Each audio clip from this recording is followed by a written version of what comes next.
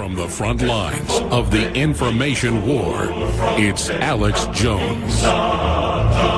Welcome to the Alex Jones Show. I'm David Knight with Owen Schroyer on this Friday, June 9th, 2017. We have Paul Joseph Watson, who's going to be joining us in the next segment. He's going to break down what happened in the UK yesterday with the election. Of course, the Conservatives came out with a majority, but not enough to form a government. So as they call it, it's a hung parliament, which means that she has to create a coalition with another minority party, a party that wants a soft exit from the EU, not a hard exit, as they're saying. And so Nigel Farage is saying it looks like this is going to be Brexit in name only. So we're going to talk to him about what Paul Watson sees coming forward with Brexit. Also, whether or not he thinks Theresa May is out or simply weakened. What is going to happen with Nigel Farage? Is he going to get back into politics? A lot of people have asked him if he's going to do that because UKIP took a beating yesterday. As many people said, apparently the British public believed that that was a done deal. They didn't need UKIP anymore. So maybe they might realize that they do need UKIP at this point. We're also going to take a look, of course, at some of the revelations that came out of the Comey hearing, some of the reactions to that, and the dog that did not bark. The idea that the Senate Intelligence Committee that is tasked with overseeing this massive intelligence state that we've built here, 17 agencies, is turning a blind eye to things that have now been, we've had whistleblowers from the NSA, like William Binney, that we've talked to, the global head of technical issues. People like that in 2001 blew the whistle and left the NSA. We didn't listen to them. Now we've got the FISA court finding that the NSA and the FBI violated the law, violated the Constitution. Nobody's doing anything about it. Nothing is being investigated about it. That is the big story. As Michael Hayden said, we don't listen to bad people. We listen to interesting people. The most interesting people are the politicians. I think that's one of the reasons why you see people that are not necessarily even Trump allies, like Marco Rubio, come very hard after Comey. They understand that they are in the crosshairs as well, and so is our entire government. Meanwhile, we have this other issue with Reality Winner, who we now learn, Owen, that she planned to burn down the White House and pledge allegiance to the Taliban. This came out as part of her bail hearing, which they denied. They said, if we let her go, she's just going to join a foreign enemy. Oh, and shocking, that wasn't a Trump voter. That was a Democrat voter. Shocking. Wouldn't have discovered that. A Bernie supporter. And we got news about Bernie Sanders, too. And that's not his wife who's under investigation for fraud right now. There's new news. But there's an amazing psychological experiment happening right now, David, with the Brexit. You know, I thought that they already voted. If I was a citizen in Britain that voted for us to leave the European Union, see, now they want to talk about riots after last night. I'd already be talking riots, right? Okay, we already voted to leave the Brexit, and our government isn't doing it. That's right. I'm not sitting here saying actually go out and riot. I'm just saying it's funny how now they're like, oh, let's riot now. And it's like, well, wait a second. They're already taking our rights. We already voted. And they're trying to do the same thing in America now, David. They say, oh, here's your vote. You voted Brexit. Well, that's nice you voted Brexit, but we're going to stay anyway. Okay, here's your vote. Oh, you voted Trump? Well, that's nice you voted Trump. We're going to go ahead and impeach him anyway. This is the psychological experiment. Do citizens of the world have enough spine to stand up for their own vote anymore? That is the experiment that we're undergoing right now, and Britain is the #1 test. Now, of course, Theresa May is the one who called the election, and yet she, of all the people that were in the Conservative Party, she seemed to be the one who was the least committed to Brexit. We had people like Boris Johnson and others who were passed over, and she was selected as prime minister. I was concerned about that and said so on air when she became prime minister. I said, I don't really think she's committed to Brexit. Then she calls this election. Now it's very weak, and now she can make the case, well, you know, my hands are tied. I can't really do anything about it. We're going to be joined by Paul Joseph Watson from the UK. He's going to give us his closer view of this. He knows the electoral system there better than we do, and what he thinks is ahead. Stay with us. We'll be right back. Welcome back to the Alex Jones Show. I'm David Knight with Owen Schroyer on this Friday, June 9th, 2017. You know, yesterday's hearings with James Comey seemed to be kind of a political Rorschach's test, depending on where you are in the political spectrum. Actually, depending on your reaction to those hearings, we can pinpoint you precisely as to what your political philosophy is. People seem to see in it what they want to see, but I think there's some real concrete things that are there that stand apart from anybody's subjective opinion of that. But Before we get into that, we're going to talk to Paul Joseph Watson. There was an election in the UK yesterday, and the outcome of that election made it appear that Brexit may be in name only. That is what Nigel Farage is saying. So I want to get Paul Joseph Watson's comments on what happened in the election, what is ahead for Brexit especially. And, of course, we can talk about what's going on with Theresa May. Is she going to be weakened or is she going to be out? Joining us now from the UK is Paul Joseph Watson. Welcome, Paul. Hey, David. Good to be back. So your comments on the election, what do you think about this? Well, David, it was probably about a year ago that I warned in a tweet and said it on Alex's show. Theresa May is a globalist. She's a Remainer. She did not back Brexit. She supports Sharia law. She's the ultimate establishment leader of the Conservative Party, and you couldn't trust her as far as you could throw her. I agree. So she went into this election, when she called it, with a 20-point lead. Now her own majority has been wiped out. Her campaign was a complete disaster. There was nothing of substance whatsoever in her manifesto.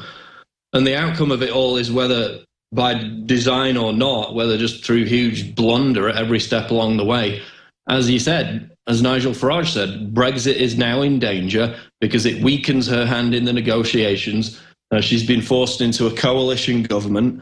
And now Labour and these other parties are going to push for a soft Brexit, which is no Brexit at all, because if we stay in the single market, the borders remain open. It's basically just a tacit thing. It's not hard Brexit. It's not Brexit at all. So it's been a complete disaster, but many people saw it coming. I agree. As I was saying in the last segment with Owen, she was not the person in the Conservative Party that was pushing hard for Brexit. We had people like Boris Johnson and others that everybody, he's going to be the prime minister. They were passed over for her. And when that happened, I said, well, that's going to be a problem.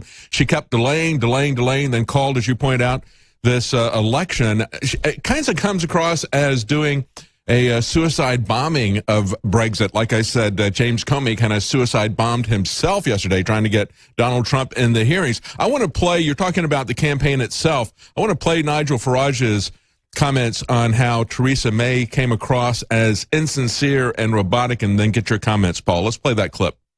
How confident are you that there'll still be what's called the hard Brexit that you wanted and that you think you won a year ago?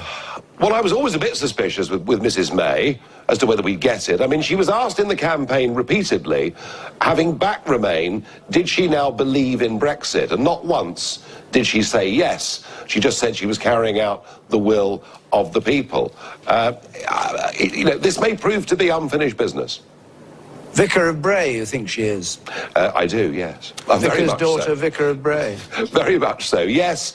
And in the end, I think, when Corbyn said that they would end free movement, when Corbyn said that under Labour we would leave, I think he kind of boxed off Brexit as an issue for UKIP voters, many of whom did not see the party as being relevant in this campaign. And ultimately, I think the shock we're seeing here tonight is all about personality. And UKIP voters want somebody they think is speaking for them. They want somebody who is for change. And what Theresa May tried to do was to be the establishment figure. Corbyn, I thought, through the campaign, looked comfortable in his own skin.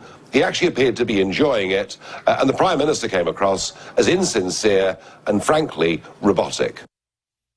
Okay, so we can talk about how they campaigned. He said that she was insincere and robotic. We've seen articles from Bloomberg saying that British millennials took revenge on their parents and their grandparents, saying they wanted to remain in. But I guess as we look forward, Paul, this coalition that she had to form with the DUP, the Democratic Unionist Party, which is a Northern Ireland party, they don't want a true Brexit because they have a border with Northern Ireland and they want to keep that a non-border. Is that correct? Yeah, well, they support Brexit, but they say they want a soft Brexit, which again is no Brexit at all. On the other issues, they're not bad. The irony about the DUP is today you have leftists bitching and whining on Twitter about how some of their members have made anti-LGBT comments in the past. These are people who have literally advocated for the importation of the most anti-LGBT culture to exist in Islam for the past, 3-4 decades. Yes. So they've lost their right to complain about that. Yeah. This DUP, they're anti-abortion, they're not happy about that. they're genuinely actually more conservative, if you want to get into pure politics, than the Conservative Party. So I don't think they're going to be a major problem. The thing that they're coming out with today, the narrative we're hearing is this was a repudiation of anti-establishment sentiment. Absolute BS. Since when has Theresa May been an anti-establishment figure? It's complete nonsense. What happened, David, was UKIP was going to get crushed because they were basically a single-issue party. They achieved their objective of Brexit, and it was where those votes were going to go. So the Labour Party promised in its manifesto, Jeremy Corbyn, that they would push through on a hard Brexit. Of course, they're not going to do that because they're politicians and lying is second nature, but they promised it in their manifesto, and many UKIP supporters believed it. So some of those UKIP supporters that had come over from Labour in the past have now gone back to Labour. So that's why Labour, partly why Labour did so well. So it's nothing whatsoever to do with the repudiation of Brexit. The only party, David, to say that they would openly sabotage Brexit was the Liberal Democrats, and they got just 7% of the vote. So to claim it's a repudiation of Brexit is a complete hoax. It's fake news. Well, tell me, David, is tell us, Jeremy Corbyn. I mean, he is absolutely terrible. He literally allies himself with Hamas terrorists, with IRA terrorists. His views are abhorrent. He's an open borders, far leftist. People say he's anti-establishment. Again, completely fake news. Yes. You know what happened a month before the election, David? He visited to kind of get approval for his potential leadership a little group in London called the Royal Institute of International Affairs. Some of our leaders might have heard of it. That's from where the Chatham House rule, which they apply at Bilderberg, yeah. They can't talk about anything publicly, was first initiated. And we know that special rule trumps everything. It trumps our Constitution and everything, doesn't it? The Chatham House rules. Yeah. And this is the group, David, that's called the biggest think tank outside of the US. It's a globalist, elitist group. Less than a month ago, Jeremy Corbyn, the anti-establishment guy, goes to do a speech to basically get permission. What does he talk about? He talks about wanting a new world order. He talks about if he gets in power, he would serve their interests. He says, I'm a pacifist, but I will press the nuclear button if you ask me to. So again, he's doffing his cap, he's genuflecting to actual globalists while claiming to be this anti-establishment figure that hoodwinked a lot of the young voters to vote for him yesterday. Let's talk about the soft exit. Define for Americans what they really mean by that, because Theresa May drug her feet for a very long time before she would trigger the article that would begin the process. So it's been delay, and now we're saying, oh, we're going to soften this. We don't want to have hard borders. Are they going to shut down any control of their borders and still allow people to freely travel as if you're part of the Schengen zone? Or what does a soft border mean with a soft exit? Well, it means basically exactly the situation we've got now, whereby any citizen of the European Union can come to Britain, can get benefits, can get a job, can get housing. And, we can also go to Poland and do the same, like we'd want to do that. So it's a bad deal for us, but it's basically the status quo. It's maintaining the open borders.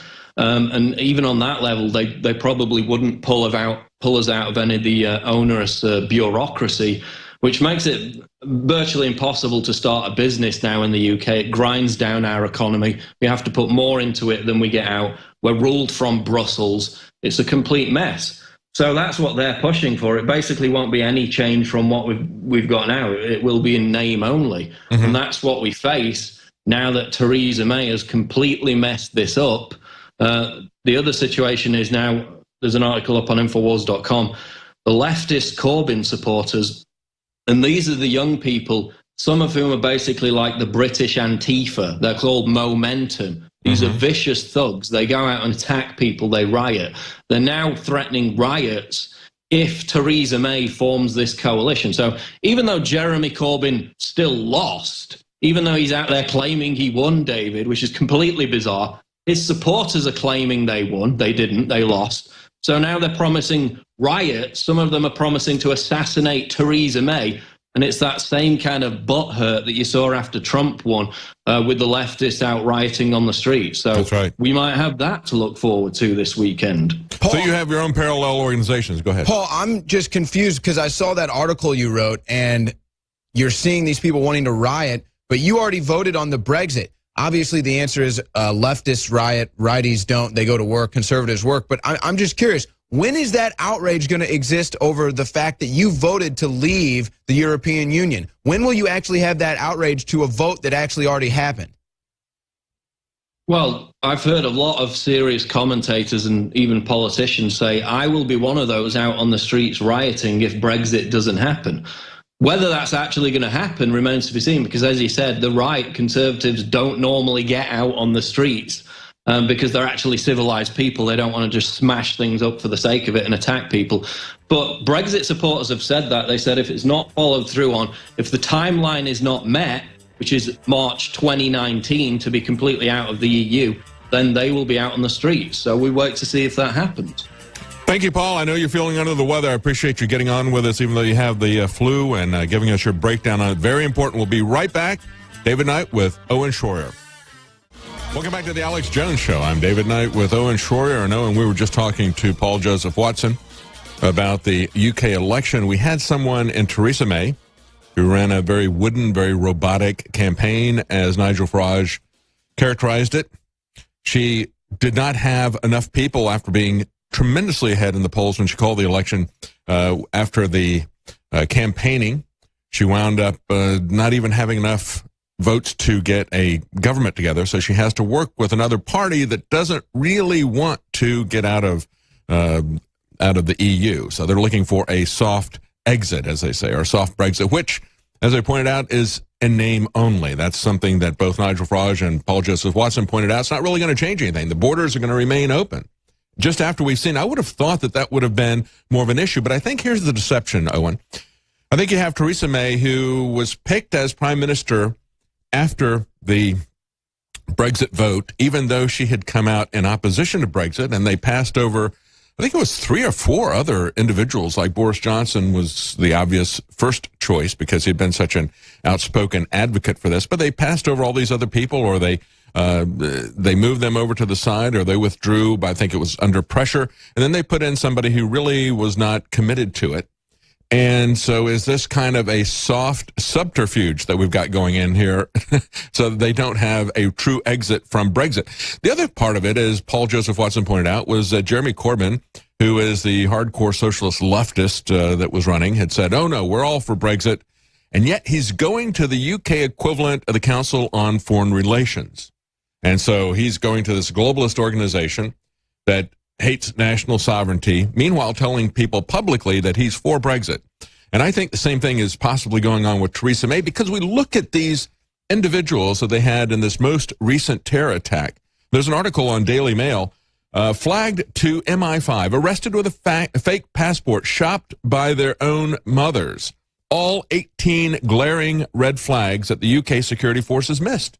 They were told over and over again. These guys, they even did a documentary on the BBC about these people, and yet they're going to leave these borders open if Theresa May and the people who want a soft exit prevail here. Well, I'm not sure if there's any hope for Europe right now. Again, this is a crazy psychological experiment that's going on where they say, okay, here's your vote, but we're going to deny you the conclusion of the vote. And then they say March 2019 is when they're going to officially Brexit. No. We voted for this years ago. I think that they should already be out of it. But, you know, this is a psychological, well, we can tell them we're going to leave it, but we're not actually going to do anything. And here in America, I see what the problem is. Okay, people are obsessed with the sports. They're obsessed with the Kardashians, so they don't even know what the heck's going on. But I even have more hope for people in America because at least we got not Hillary Clinton right. At least we got Trump right. Yeah. But I don't think I have much hope for Europe, David, and I brought this story to your attention before. And he's pulled out of the TPP. He's pulled out of the climate agreement. That's a big deal to pull out of the climate agreement. Yeah. But I'm not sure I have much hope for Europe. I shared this story with you before we went on air, and I know that the crew back there has it too. What do Germany's Angela Merkel, France's Emmanuel Macron, Italy's Paolo Gentiloni, Great Britain's Theresa May, Holland's Mark Rutte, Sweden's Stefan Löfven, Scotland's Nicola Sturgeon, and the European Commission's Jean-Claude Juncker all have in common? No, it's not that they all like the EU and open borders and radical Islamic terrorism being brought into their country. It's that they don't have kids or grandkids. That's right. None, zero of the leaders that I just mentioned in Europe have kids or grandkids. That really tells you something about their personality, doesn't it? David, I'm not somebody that has a kid. I'm not somebody that has grandkids. I do hope to one day have kids and a grandkid kids. That is something that I want to do with my life one day. You, on the other hand, already have children. So I can't even imagine what life and what your outlook on life and all the perspectives you have on life, how that changes when you bring a kid into the world. Yeah, well, what you're doing is you're looking forward to the future. And you have an investment in the future. You want to change things beyond your life, beyond the things that just immediately affect you. You take a longer view when you have children. And that's been one of the key things that was always talked about during periods of revival in the Bible. It would talk about how God would turn the hearts of the fathers to their children. If you don't have children, you're not going to be looking towards making a better society, in my opinion, because you're going to be just looking for what you can get in the immediate here and now. And these people who are politicians have that in spades. And a lot of people choose to work on their careers or whatever, but people who are politicians, they want money and power, and they want it for themselves. They want it now. They don't care about the future or anyone else. It's cold, David. It's just cold. Yeah. It's just cold. It's just everything ends with me. That's right. That's these people. It all ends with me. Right. That's right. It feeds a self-centeredness, and I think it really, in a politician, it really reflects a self-centeredness. Stay with us. We'll be right back with Alex Jones. InfoWars is the brainchild of radio host Alex Jones. Alex Jones. Alex Jones. Alex Jones. Alex Jones. Name Alex Jones. Alex Jones. Alex Jones. Nice guy. Alex Jones. Alex Jones. Alex Jones. Alex Jones. Alex Jones. Alex Jones is a lunatic. That man's a threat to this country. There's a guy on the radio. His name is Alex Jones. Alex Jones. Alex Jones of the Muslim world. You know, it's that man's a saint. You watch your mouth. Time to stop submitting to this tyranny. It's time to realize that we're being enslaved. I heard that on Alex Jones. InfoWars. It's a radio show hosted by Alex Jones. We are in an information war, and we are losing that war. Nobody can dispute the fact And you're a rapist. InfoWars.com. InfoWars comes to mind. InfoWars. InfoWars. InfoWars. You watch InfoWars? The InfoWars. InfoWars. InfoWars. InfoWars. InfoWars.com. I want freedom. That's what I want. And that's what you should want. Hello, this is Hank Hill, and I'm telling you what, you need to listen to Alex Jones. I like that guy. That is the best. From the front lines of the information war, it's Alex Jones.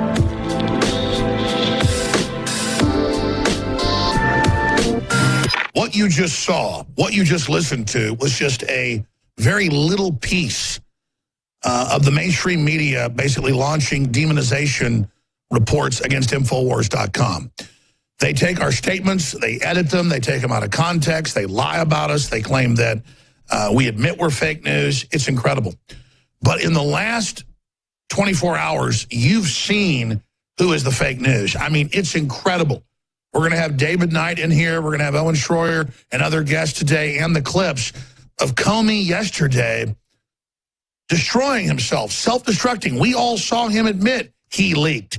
We saw him admit that President Trump didn't order him to stop the Russia investigation. We all witnessed him admitting that he's a coward and basically a minion of the establishment, and that the former Attorney General Loretta Lynch ordered him to stop criminal investigations.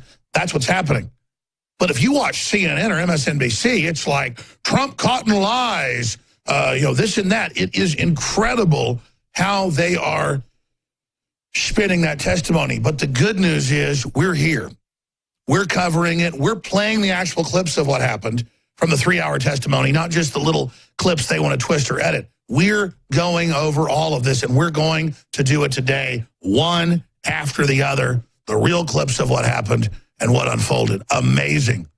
Remember, Trump asked Comey, are you the leaker? And Comey said no, months ago. Trump knew he was the leaker because these are conversations only they were having, and then Comey was spinning and twisting and putting out the fake memos and letting the media lie about what was in the memos. This is incredible.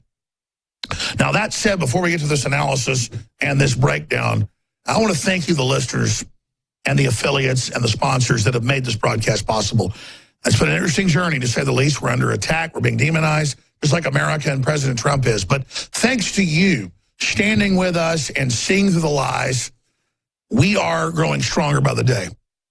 So when you spread the links, the articles, the videos from Infowars.com, it is an act of resistance against the globalists. And when you financially support us by going to InfoWarsStore.com and getting some of the amazing thousands of products that are there, it allows you to get great products that you and your family need, and it also allows us to continue on into the future. Now, that said, my father is a dentist and oral surgeon. He's about to retire. He's close to 70. But I talked to him a few years ago when he was doing consulting for us, and I said, Dad, we need a product that's a game changer. I want it to be from a major manufacturer of organic, non-fluoride toothpaste, but our listeners want colloidal silver, and they want true, clean iodine. You know, high quality, pure iodine, not some toxic bound garbage, but the good halogen.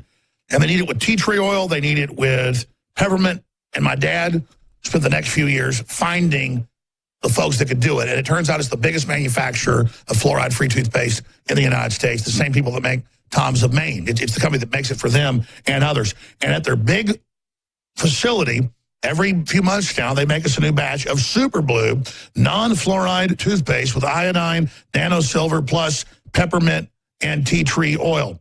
So, again, one complaint I had is the tube was kind of a weird tube I hadn't seen. We have a more space-age modern tube with a bigger port on the front so that you get more. My dad's argument was, and he may be right, you may like the old tube better, well, son, it's concentrated. There's no fillers, so we have to have a small opening so you don't use too much. Well, I've decided to go with this more modern space-age tube and a larger port. But the point is, Super Blue is back. And this really shows my philosophy. If I do something, it's something I want, something I use, something I believe in. And so we have Super Blue that's organic, made in America, high quality, game-changing with colloidal silver, and, of course, with the iodine. And it supports the broadcast. It supports your teeth. It supports your gum health.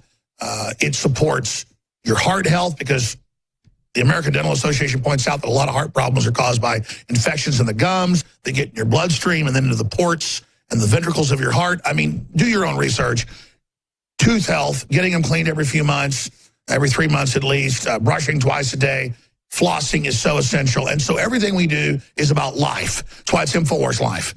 And this product, Super Blue, is from InfoWarsLife.com, and it's back in stock, and it's 33% off, despite the fact that we can't even keep this in stock. It's so popular. You're helping us build the new information warfare system. You're helping us hire more crew, get more reporters, more investigative journalists, more fact checkers to really take on the globalists at point blank range. So again, thank you all.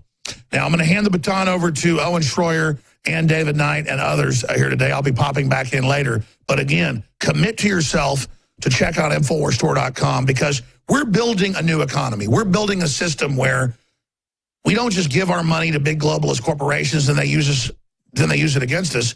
We're building an economy where you get high-quality toothpaste at a great price, and then a large part of the profit from that goes into expanding an information warfare system to take on the globalist. We've also launched the new line of personal care products, Emmerich's Essentials, that's organic as well. So check that out when you visit InfoWarsStore.com or InfoWarsLife.com. And again, for myself, my family, the crew, and all other freedom lovers across the world, thank you all for supporting the InfoWar, because you are the reason we're having these great victories.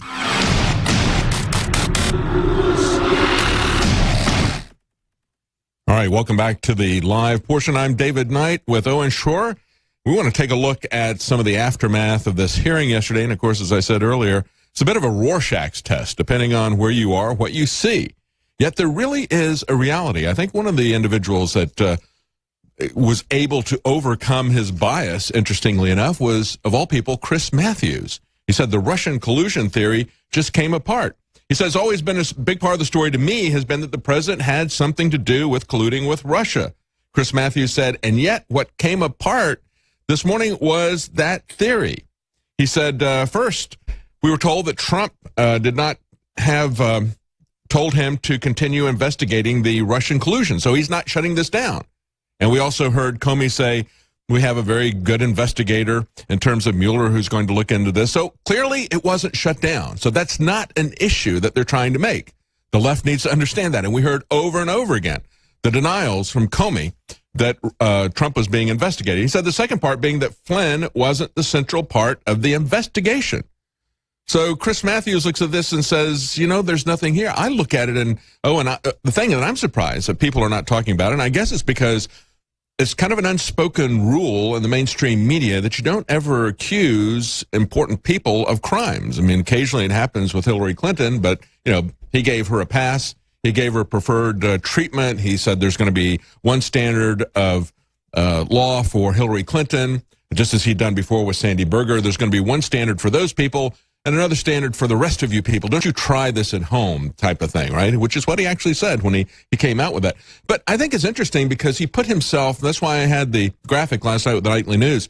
It was really kind of a suicide bomb for this guy to try to get vengeance. It truly was filled with hate because he had been fired, not even knowing that he's going to be fired. He's addressing FBI agents. And then on the monitor behind him, he thought it was a joke because he sees the news saying that he's just been fired. He didn't know that he'd been fired. So this guy was very bitter, very angry, as angry as some kind of a jihadi suicide bomber. And he goes in and essentially, I think, blew himself up, committing perjury because he had already under oath said that nobody had ever pressured him politically to shut down an investigation. Then he implied that very as strongly as he could to say, well, when he said, I hope that you'll shut this down, he and Angus King said, well, that's kind of like Thomas Becket when he was killed by the king, Henry II, who said, who will rid me of this turbulent priest? And they understood what he wanted. They did that for him. So he's saying, you're telling me that you really want this done. That's exactly what you want, that it's not hope. We have another comment on this from Kamala Harris, but your comments first. Well, I think that Comey had a little help strapping on the suicide bomb via the Clinton crime cabal and that he's involved with, and the Democrat anti-Trumpers just in government to begin with. So I think he had a little bit of help strapping on that suicide bomb. He was not a lone wolf terrorist. Right. Trying to do a coup. And who knows if he even wanted to go out there and blow himself up, or if there was just so much pressure from his little Clinton buddies to go out there and push this Russia-Trump narrative. But like you said, what really ended up happening was he ended up suiciding politically himself by admitting he was the leaker. And then I think a big thing that nobody seems to be talking about is that James Comey admits that he doesn't know the source of the Russian DNC hack. He admitted that there's a third-party source that he is not allowed to know. He can't get the intel. He says he just trusts it, that it wasn't, or that it was Russia that hacked the DNC and the DCCC.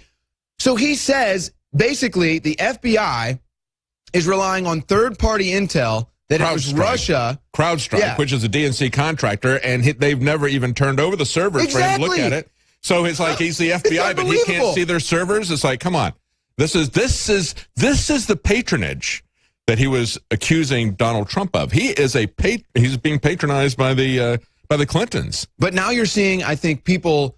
I mean, they're losing people like Chris Matthews. People are slowly losing this leftist because they see the people around him are absolutely bat crap crazy. And Kamala Harris is one of them. Nancy Pelosi is one of them. Let's play the clip. Kamala Harris, I thought that they kind of flirted with her being the next big thing in politics, kind of like they flirted with Cory Booker. And I thought both of them landed flat on their face, but they're trying to rejuvenate Kamala Harris. And she thinks, and the Democrats think, that she got a lot of momentum from these Comey hearings. I don't think that that is real momentum, but this is a clip we have of Kamala Harris. Private citizen, and you are enduring a Senate Intelligence Committee hearing, and each of us gets 7 minutes instead of 5 as yesterday to ask you questions. So thank you. I'm between opportunities now, so. Well, you are. No, it's all fun and games, even though we're claiming that Russia is disingenuous to our election. Prosecutors I'm not going to require you to answer. I just want to make a statement that in my experience of prosecuting cases, when a robber held a gun to somebody's head and said, "I hope you will give me your wallet," the word hope was not the most operative word at that moment. But you don't have to respond to that point. Because it's so absurd? I have a series of questions. Yeah. So it's just ridiculous, David. Yeah, I wonder how many robbers have ever said that. I hope you give me your wallet as they're pointing a gun to you. Well, here's Kamala Harris, just a character summary. That's stretching the word. Summary. This is the type of woman who just gets off with herself. The type of woman who just looks in the mirror and says, "Look at me and how great I am." Kind of like an Obama. Kind of that type of person. Looks at herself as a virtue-signaling social justice warrior, and she thinks that's going to lift her to the top. Really doesn't care about helping people, really doesn't care about the overall general public, just as long as her image is good and she can be self-righteous at the end of the day. That's Kamala Harris. So I actually had a conversation with the editor at WorldNet Daily when I was at Bilderberg, and he says he is completely convinced 100% that it's Kamala Harris they're gonna put for the next presidential candidate for the Democrats. I'm saying no way. She's too weak. She's too crazy. She's already had multiple outbursts where she breaks into cursing outrages. There's no way, but I guess... Well, she doesn't have a history and she's female, but I think there's... And exactly, she's an African-American female, so you know that they're going to try to run with that. And I think that maybe there's something to that's where the Democrats might go. She's a weak candidate. She's terrible. I think that America's gotten over the identity politics, and I think it'll fail again. No, they haven't. No, they haven't. There's kind of a part of me that says maybe not. The Democrats haven't gotten over it. That's going to be their go-to moment. Well, the Democrats... Some of the geezers here. Yeah, they haven't even gotten over President Bush yet, David. That's right. Let's take a look at some of the geezers here. We had... Nancy Pelosi had a senior moment today, just as we saw Senator McCain having a senior moment. Everybody was talking about that. That's one thing I think everybody saw was how out of it Senator McCain was, how there's an argument for term limits, but or at least cognitive tests. Or apparently early ending baseball games earlier. Let's take a look at Nancy Pelosi's senior moment that she just had. New Yorkers have said to me, those who've had business dealings with him, he operates this way. First, he tries to charm you. President Bush tries to charm you. If that doesn't work, he tries to bully you. If that doesn't work, he walks away from the deal. Look at her eyes. And if that doesn't work, he sues you. Then, again, indicative of what's going on in the administration, you have the Secretary of the Treasury saying they want a clean debt ceiling. I said President Bush. I'm sorry, I meant to say. They had to walk up and hand her a note because she still can't even think of it. Yeah. She still can't think of it. President Bush, I apologize. So what? She's done this 5 times now? Yeah, and she should have finished that up by saying, "Please applaud." Wait a second, on the debt ceiling. So it's just amazing. You know, you would think after you made the mistake the first time, the second time, the third time that you would get it. It's President Trump, but no, this woman has a brain disorder. She has a genuine mental disorder. She has dementia. And David and I, we were talking about before the segment, you know, I don't want to come out here and have to make fun of John McCain and Nancy Pelosi. I mean, that hurts. I don't mind doing that. But they're in the ring. I mean, what are we supposed to do? We have to call these people out as the mental incapable people they are to have these positions. These are people who think that they should run our lives, and they can't even speak. But let's talk about something that is on point, I think, something that was not talked about, and that is, again, the crimes. James Comey has given contradictory testimony on 2 different occasions under oath. That's perjury. James Comey did the same thing that he was investigating Hillary Clinton for, and that is keeping his own private computer records and so forth that he doesn't have in the system. He could have memorialized this and made sure that people understood that it was contemporaneous with his discussions. Instead, we don't hear anything about it until after he's fired, quite a bit of the time after he's fired. If he is accusing President Trump of obstruction of justice, then he becomes an accessory to that. And then there's something else that I think that is even far more serious, and that is that he did absolutely nothing to rein in the FBI as they were violating the law. That's just been exposed by the FISA court acting as a whistleblower. And then this, we had Senator Grassley on multiple occasions write him about his connections with the man, Christopher Steele, who created the dirty dossier, asking for information. It was ignored. He came back and he said, I want to know I want documentation of all the payments. You've ignored this for months. He said, what are the payments that the FBI made to Mr. Steele?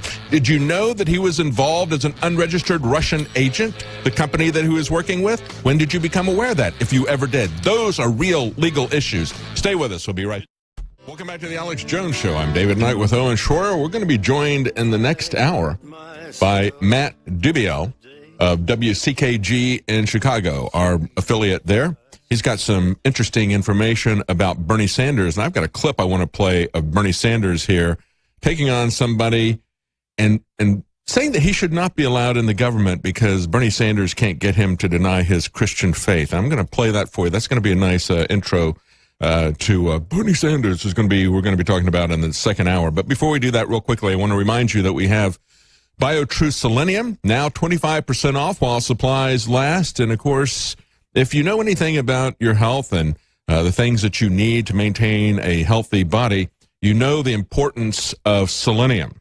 It supports the thyroid gland. It supports the immune system. It supports the DNA production and eyesight. So there's a lot of very well documented benefits from selenium and the fact that you have to have a sufficient amount of that in your diet. We don't get that type of thing in most of our domestic diets in the West today. But the question is not whether or not you need selenium as a supplement, but what kind of form are you going to have? Are you going to get a synthetic selenium? BioTrue Selenium is made from 100% organic mustard seed. So once you identify the types of things that you need in your diet, it's very important to pay attention to the quality of the source. That's why we made this 100% organic from mustard seed. That's our BioTrue Selenium. It is now 25% off while supplies last. And also our new line of Emmerich's Essentials, the organic household products that you'll find at InfoWarsStore.com. Everything from sunscreen, bug spray, mouthwash, body wash, shampoo, natural deodorants. You'll find that and many other things at InfoWarsStore.com, part of the new Emmerich's Essentials line of organic household products. Now, this is a short segment, so I want to play this clip from Bernie Sanders. This is a confirmation hearing for someone who is an Office of Management and Budget nominee. And Bernie Sanders has a problem with this man's religion. We have a First Amendment. He has a right to exercise his religion. He doesn't have to give that up if he's a government employee, but Bernie Sanders thinks he should. Here's that clip. In the piece that I referred to that you wrote for a publication called Resurgent, you wrote, Muslims do not simply have a deficient theology. They do not know God because they have rejected Jesus Christ, his son, and they stand condemned. End of quote. Do you believe that statement is Islamophobic? Absolutely not, Senator. I'm a Christian, and I believe in a Christian set of principles based on my faith.